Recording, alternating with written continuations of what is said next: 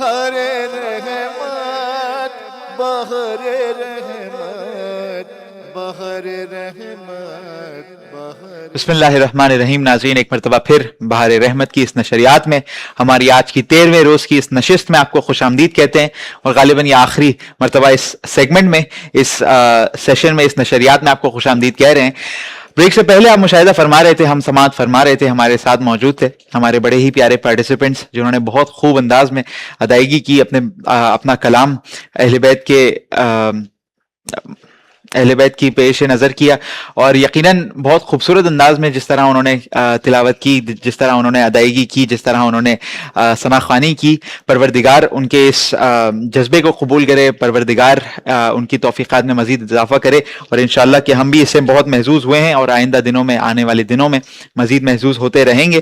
چلتے ہیں ہم اپنے آج کے سوالات کی جانب، اور پھر اس کے بعد آج کے آخری سیگمنٹ کی جانب، بہار اطفال کا سیگمنٹ.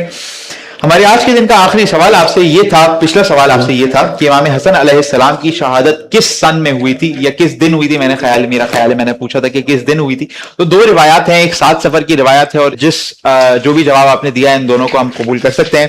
اور ہجری ہے 50 ہجری، سن 50 ہجری میں امام حسن علیہ السلام کی شہادت ہوئی ہے. چلتے ہیں اپنے آج کے آخری سوال کی جانب.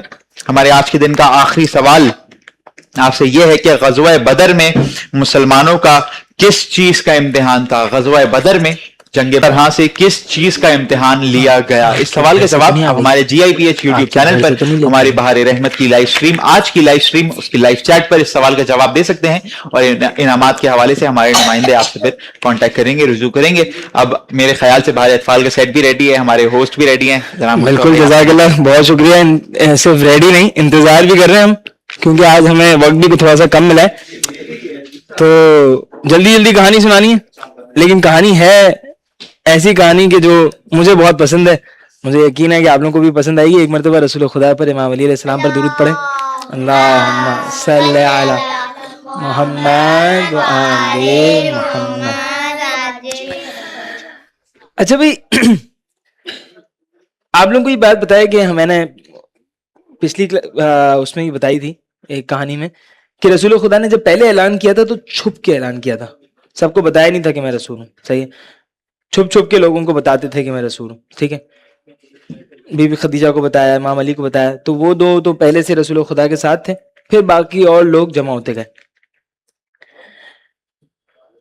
تقریباً رسول خدا کی بعثت کے، رسول خدا جب پہلی وحی نازل ہوئی اس کے 3 سال بعد قرآن کی ایک آیت نازل ہوئی. آیت کیا نازل ہوئی؟ وَأَنذِرْ عَشِيرَتَكَ الْأَقْرَبِينَ. اے رسول، اپنے قریبی رشتہ داروں کو ڈراؤ. کسے ڈراؤ؟ کسے ڈراؤ؟ خدا سے ڈراؤ، خدا کے عذاب سے ڈراؤ، ان کو کفر سے نکال کے اسلام کی روشنی میں لے کے آؤ. یعنی اس کا مطلب کیا تھا کہ اے رسول، اپنے قریبی رشتہ داروں کے پاس اعلان رسالت کرو. اب رسول نے کیا کیا؟ امام علی علیہ السلام کو بلایا. اب امام علی علیہ السلام کتنے سال کے ہیں؟ آپ کتنے سال کے ہو؟ آپ کتنے سال کے ہو؟ 10 سال کے ہو. ٹھیک ہے، آپ کتنے سال کے ہو؟ 7 سال کے ہو. امام علی علیہ السلام 13 سال کے ہیں، یعنی یوسف سے تھوڑے سے بڑے.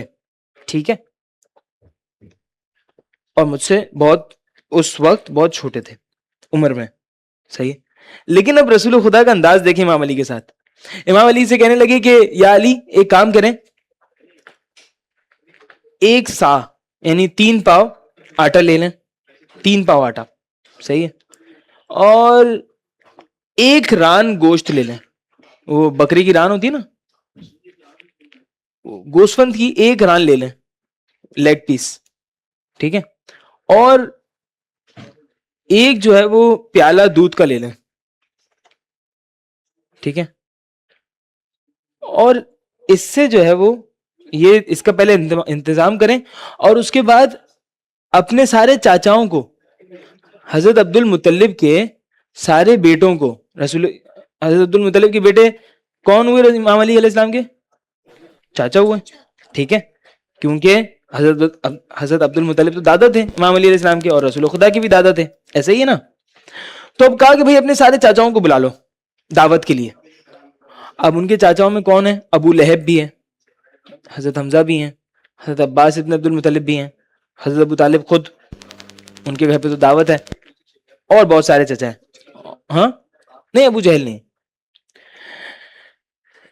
ان سارے چاچاؤں کو بلایا دعوت کے لیے. کس کے گھر پہ بھائی؟ حضرت ابو طالب کے گھر پہ. 40 کے قریب لوگ آ گئے. 40 کے قریب دعوت دی، بندوں کو دعوت دی. یہ سب کے سب گھر پہ آ گئے. اب گھر پہ آئے تو جیسے ابو لہب نے دیکھا کہ کھانا کیا پڑا ہوا ہے، 1 ران گوشت پڑی ہوئی ہے، 1 پیالہ دودھ کا پڑا ہوا ہے، اور تھوڑی سی روٹیاں پڑی ہوئی ہیں. 3 پاؤ آٹے سے کتنی روٹیاں بن جائیں گی؟ 4-5 روٹیاں بن جائیں گی. 4-5 روٹیاں پڑی ہوئی ہیں. اور بندے کتنے آئے؟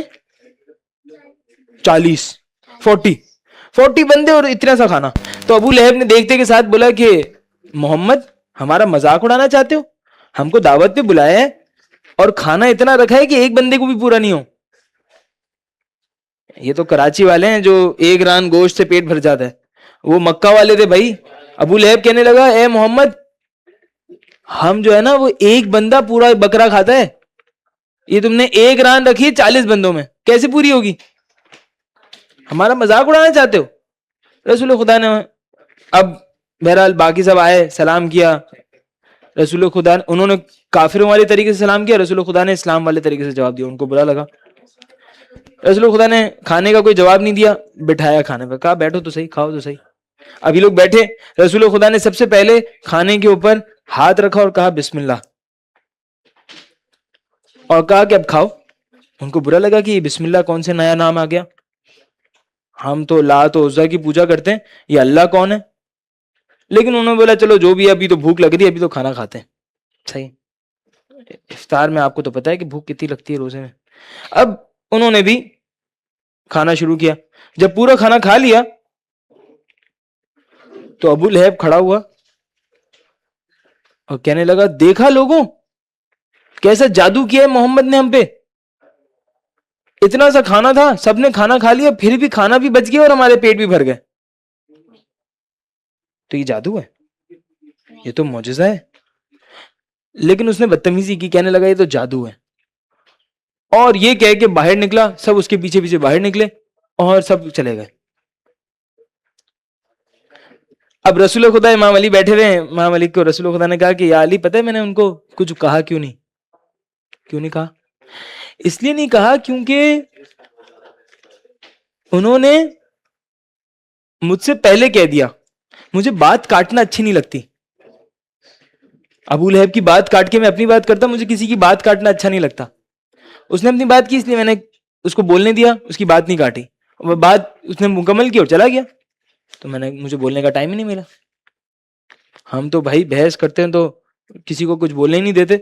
اب رسول خدا کا اخلاق دیکھیں، ابو لہب جیسا دشمن خدا اب رسول خدا کا مذاق اڑا رہے. رسول خدا نے معجزے کو جادو بول رہے، رسول خدا نے اس کی بات نہیں کاٹی، چلا گیا. اگلے دن امام علی نے کہا، رسول خدا امام علی سے کہا رسول خدا نے کہ یا علی واپس یہی کام کرو، جاؤ 3 پاؤ آٹا لو، 1 ران گوشت لو، 1 پیالہ دودھ کا لو، اور ان 40 بندوں کو واپس بلا لو. اب یہ بھی کیسے تھے کہ بھائی کھانا کھانا ہے، دعوت آئے فوراً آ جائے. دعوت دی، یہ سب کے سب پہنچ گئے واپس کھانا کھانے.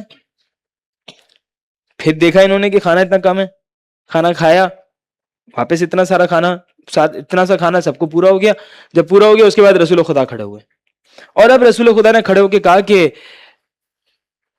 اے لوگوں، اے عبد المطلب کے بچوں، میں تمہارے پاس وہ چیز لے کے آیا ہوں جو جس سے بہتر چیز کوئی بھی نہیں لا سکتا تمہارے لیے.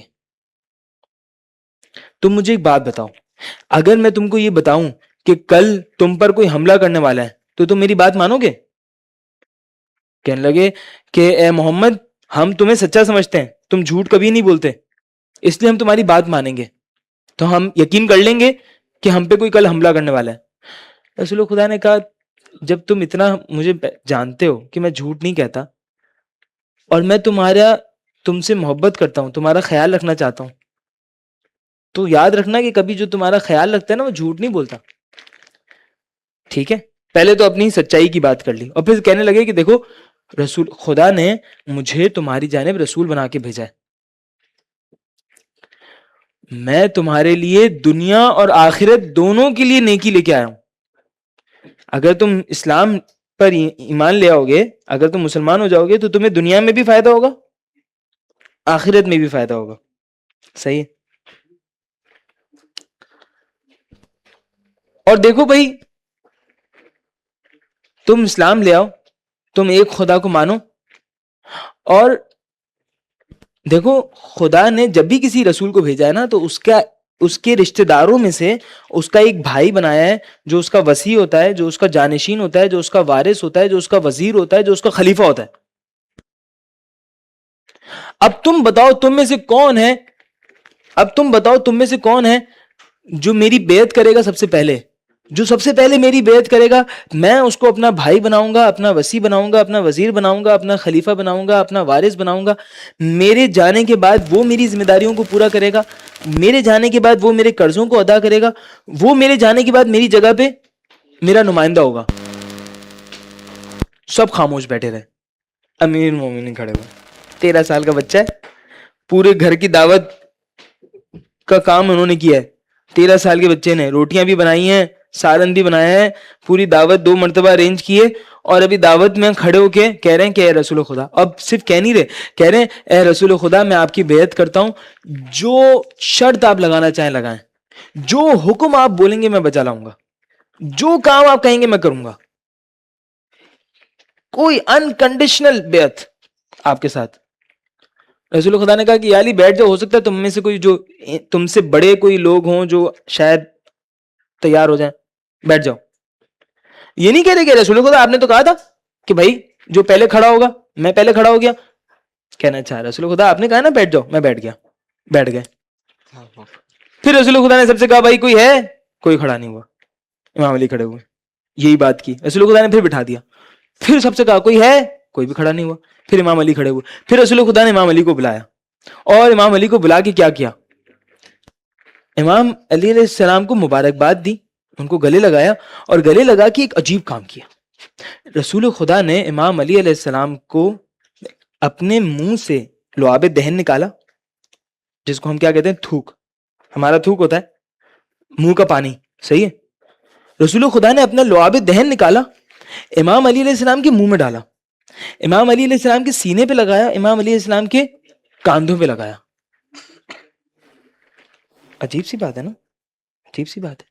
ابو لہب مذاق اڑانے لگا, کہنے لگا اے محمد تم نے اپنے کزن کے ساتھ کیا کیا, جس نے تمہاری بیعت کی بات کی, جس نے بولا کہ میں تمہاری بیعت کرتا ہوں, جو تمہیں تمہارا ساتھ دوں گا, اس کو تم نے کتنا اچھا گفٹ دیا. یہ کوئی گفٹ ہے کہ اپنا لعاب دہن نکال کے اس کے منہ میں ڈال دیا, اس کے شانوں پہ لگا دیا, اس کے سینے پہ لگا دیا, شانوں پہ لگا دیا.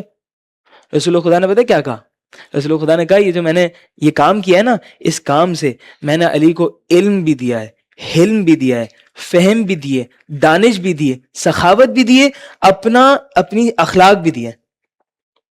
یہ عام دہن, یہ عام منہ نہیں ہے, یہ رسول خدا کا منہ ہے. اس کا لعاب دہن جنگ خیبر میں یاد ہے نا, امام علی کی آنکھوں میں درد تھا, رسول خدا نے اپنا لعاب دہن لگایا, کیا ہوا, آنکھ صحیح ہو گئی. امام علی کہتے ہیں پوری زندگی کبھی مجھے آنکھ کی کوئی تکلیف نہیں ہوئی, تو یہ رسول خدا کا دہن تھا. یہ فائدہ دیا رسول خدا نے امام علی علیہ السلام کو, اور دعوت ذوالعشیرہ مکمل ہوئی. جس دعوت میں سب سے پہلے رسول خدا نے رسالت کا اعلان کیا, اسی دعوت میں رسول خدا نے امام علی علیہ السلام کی ولایت کا, وصایت کا, ان کی وزارت کا, ان کی جانشینی کا, ان کی خلافت کا بھی اعلان کیا. ایک مرتبہ امام علی علیہ السلام پر, رسول خدا پر اور ان کی آل پر درود پڑھیں.